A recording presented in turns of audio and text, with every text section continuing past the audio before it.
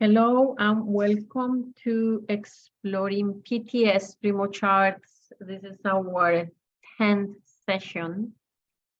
We meet every Thursday either at 4:05 p.m. or at 12:30 p.m. in the afternoon.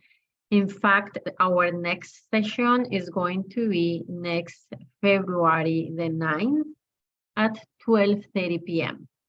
Just save the date. Today, we are going to talk about workspaces. Let me share PTS Primo Charts. And workspaces. What are workspaces? So in the same way that a collection of indicators on a chart, when you save them, is called templates. Okay, you can save all of the indicators on a template.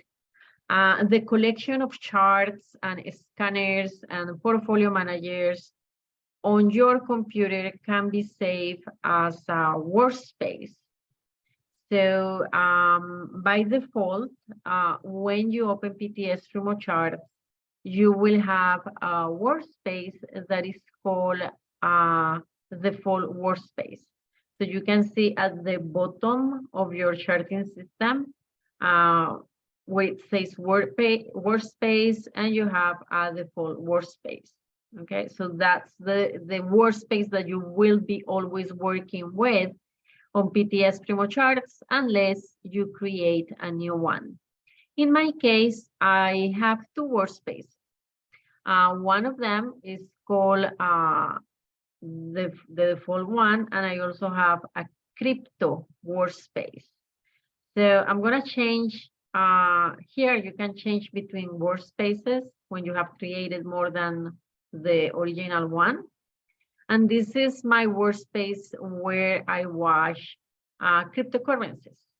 And then I can come back to my default workspace, which I use just for stocks. So you can get creative with that. On file at the top left of your screen, you will have the options to load a workspace, to save the current workspace, or to save the workspace with a different name. So if I go to the option to load the workspace, pretty much is the same as the one in the bottom. I can choose from the crypto workspace or from the default workspace and load it, okay? It's going to ask you if you want to save the managers, portfolio managers that you have, so you can say yes to both of them. And then that is pretty much the same action as loading the workspaces from the bottom of your chart. Then you have the save current workspace.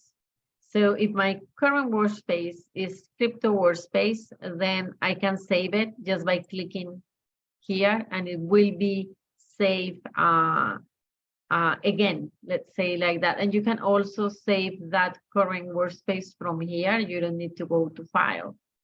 So for example, if I decided to add a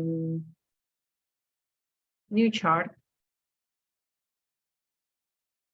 and let me move this chart to this side. And so I made a change to my workspace, and now I want to save it again. I save it here, and that will be saved in crypto workspace. So let's go to the default one, where I have just one chart.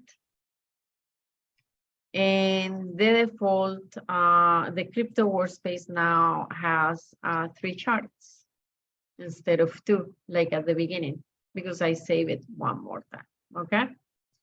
The other option you have under file is to save the workspace. And that means that you can put a different name to it.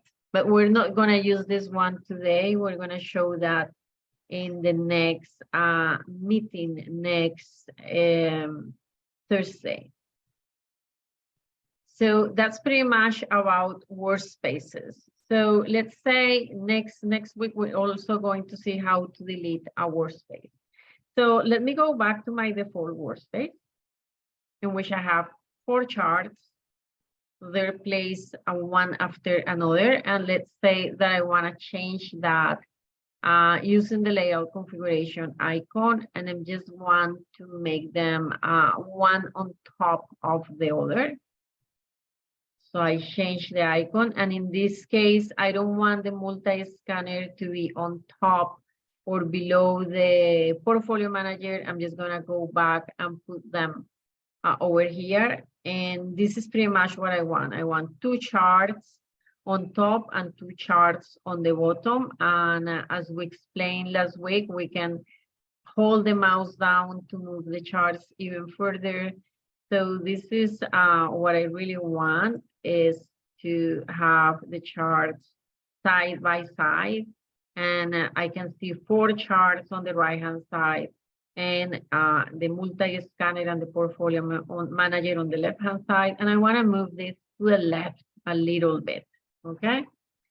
And that's either my option that I have now is to save this workspace, which is the current workspace, or to name this workspace in a different way. So I'm gonna choose to name the workspace differently. So this is going to be my 4 charts workspace. So you can use pretty much any name that you want to. And now it's called 4 charts workspace. So what happened then now? If you look at the bottom, you have the new workspace that you created. You have the one that we were using before, the default workspace. That was the one that was modified, and the crypto workspace. But the default workspace that was modified keeps being the same one that we had before, because we did not save it first.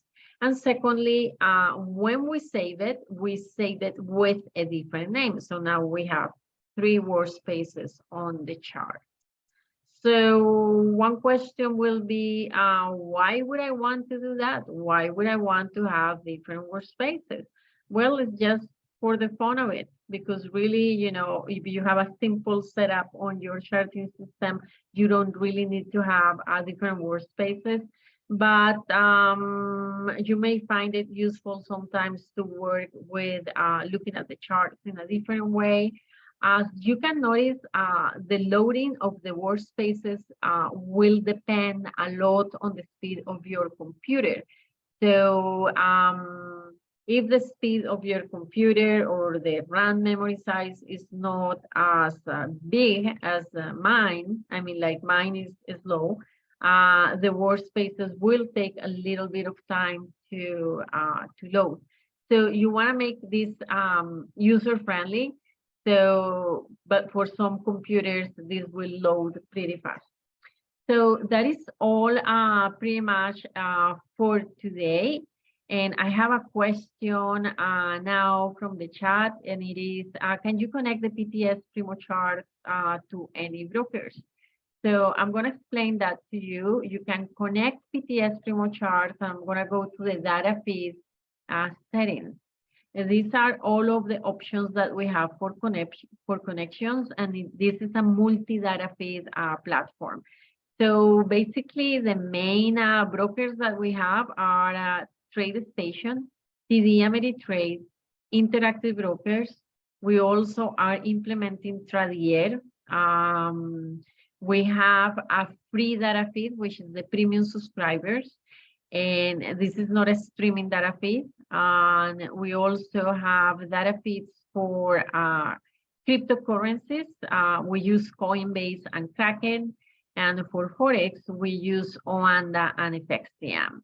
So that's pretty much, you know, a lot of options that you have to connect your broker to PTS Primo Charts. And I think that's all for today. So thank you for coming. And next week, we're going to talk about deleting workspaces. We're going to make more examples on workspaces.